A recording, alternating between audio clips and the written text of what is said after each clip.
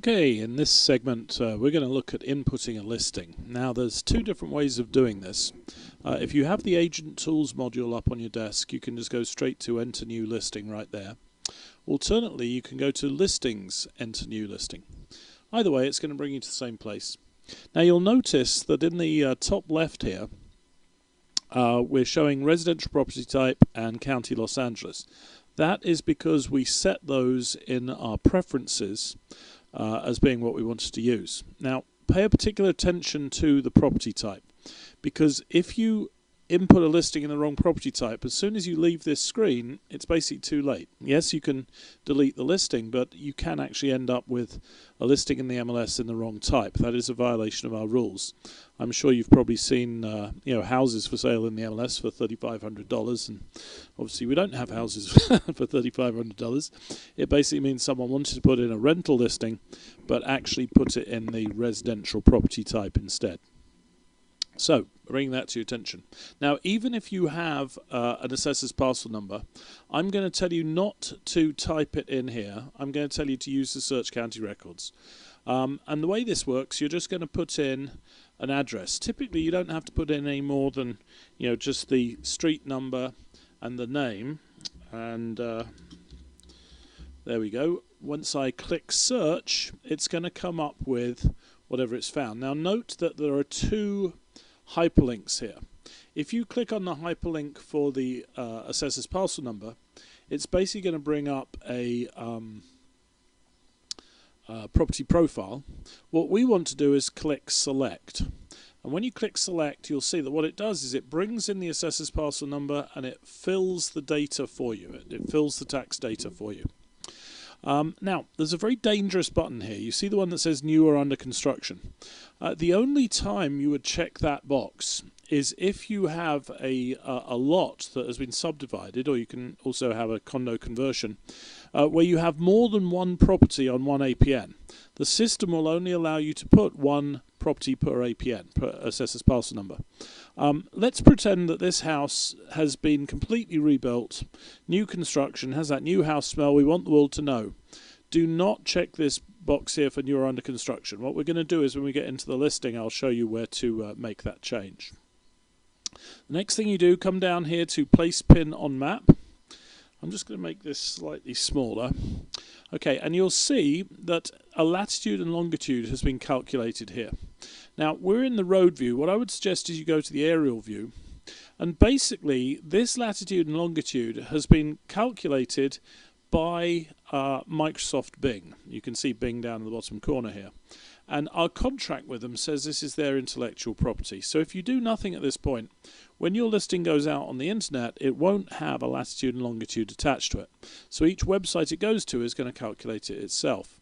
All you need to do is grab the pin, press and hold the left mouse button, shake it all about, drop it back on the house. The system now knows that you chose the APN, not Microsoft. So now when you go to the web, it will go with your latitude and longitude. We're now going to go to the top right, continue to listing input. And what it's going to do, it doesn't appear to be doing it very fast, but there it goes. It's going to take us to the residential information. Now, you'll notice that there are a bunch of fields here that are red with an asterisk, and basically they have to be filled. It's a mandatory thing. Okay, so you're going to need to go through and pick the subtype, and we're going to pick single family, what have you. Let's draw our attention to the area. Now, area, believe it or not, is the second most common fine that we have in the board. People getting the area wrong. Even if you think you know the area, I would encourage you to use the tool that is available here. And what you do is you click View Map. It's going to bring that up in a window that you can't see. That's not good. Okay, so there you go. Hopefully you can see that now. All right, now what you want to do, you can zoom in if you want, but what I would suggest is you go to address search. Typically all you need to put in is the street name, and I would put the zip code in. And when you click search, what it's going to do is it's going to find the property. And you can see this is Pasadena 604. One of the reasons I say, be careful about the the area, even if you think you know it, is that some of these area boundaries are really kind of confusing. So, I mean, a lot of people think that New York, anything north of New York is Altadena, anything south is Pasadena. You can see that's not true in this instance. So anyway, we've got this area 604, and what we're going to do is we're going to go take that, we're going to memorize that, take it back, we're going to type in 604 here, we're going to select that, and now the system has shown you the area, and you cannot now be wrong. So if someone reports you as being incorrect, all you need to do is say, well, I used your area tool, and it's okay. So we're going to scroll down. Now notice we come down to this section here, and you can see that quite a lot of information has been brought in from the public records. So it's showing 2-bed and no baths. Well, heck, we don't have houses with no baths, but every single property you bring in is going to have no baths. The reason for that is that the assessor tracks bathrooms in full numbers. We track bathrooms in 4 categories. You, the listing agent, are responsible for getting this right. Okay, so I'm going to say that this actually is a 3-bedroom house. It's a 1 full, 1 3/4, and 1 half bath. And I walk in, and it feels much bigger than 2191 square feet. So I walk around, and I say to the seller, "Wow, this feels bigger." And he says, "Yes, we rebuilt it. It's 2,500 square feet." Now notice that when I put the 2,500 in, it says that doesn't match public records. So what I need to do is pick where I got that number from. And the seller told us, so I'm going to put the seller in. Okay. Now you remember we were talking about how this is new construction. So notice the year built. Next to it you have or, and on the drop down you can select new construction, and now anyone searching for the property will find it under new construction, and you will not get in trouble for not having the APN incorrectly. Now let's scroll down the page. You'll see that there are a bunch of places here where we have big long lists of things. Okay, here's a good example, lot description. A lot of people say, well, why on earth didn't we use a drop-down menu to make it sort of, neater? The answer is that if we used a drop-down menu, you would not be able to search this. And this is a really useful tool. You remember when we were looking at searching, I told you that I'd give you a tool for finding things easily in the additional criteria. This is the tool. Now, this is not an MLS tool. This is a browser tool. So what we're going to do is we're going to press Control, and that's Command on a Mac, and the letter F for Find. In this browser, it appears at the top right. It will appear variously in different positions depending on what browser you're using. And we're going to use that to search for what we want on the page. So let's say we're looking for the garbage disposal. When I get to GARB, it tells me there's only one place on the page it is, and it takes me straight to the garbage disposal. So this really is a phenomenally useful tool. As I say, this is not an MLS tool. You can use this on any website you go to. Let's type in another one. Let's type in pool.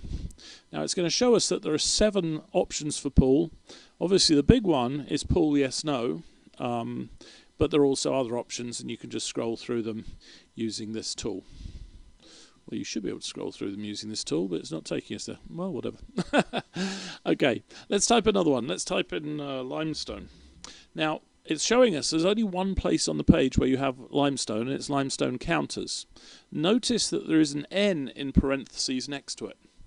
Now, what happened was we took 6 MLSs and we put them together, and we sat down in a room and we agreed on what fields should be included in every single listing.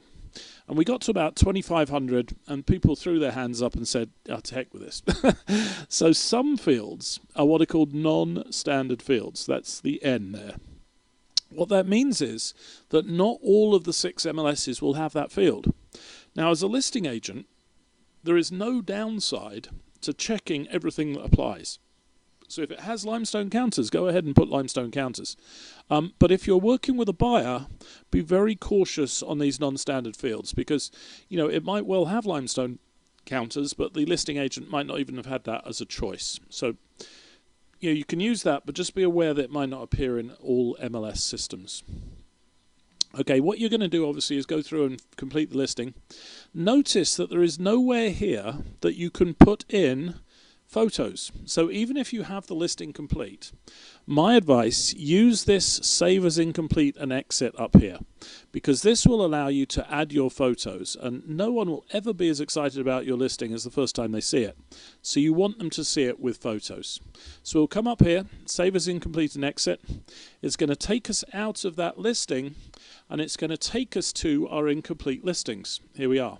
And you'll see that next to the listing number, which is a hyperlink, there is a pencil and paper, and when I click on that, it's going to give me options. You can upload a virtual tour, that's virtual media. You can attach documents, so for example, if you had a floor plan you wanted to do, or if you had some sort of disclosure report you want to include, you could attach that as a document. The one we're going to go to is upload manage pictures. Now this was recently changed, and I'm not sure why I went to a tutorial there. Hang on one second, why did that take me to a tutorial? Okay, let's go to upload manage pictures. Why is this? This doesn't have any pictures. Well, of course it doesn't. We're going to add the pictures, so we're going to go to add pictures. Oh, this is not behaving well.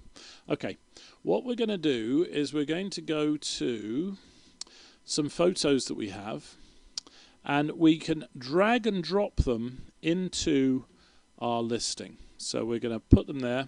You can see that they automatically appear in the listing. It's very easy to move them around. You just grab them and drag them and drop them. So, you know, let's say I want this one to appear first. Not sure why I would, but let's drag this one there. Okay.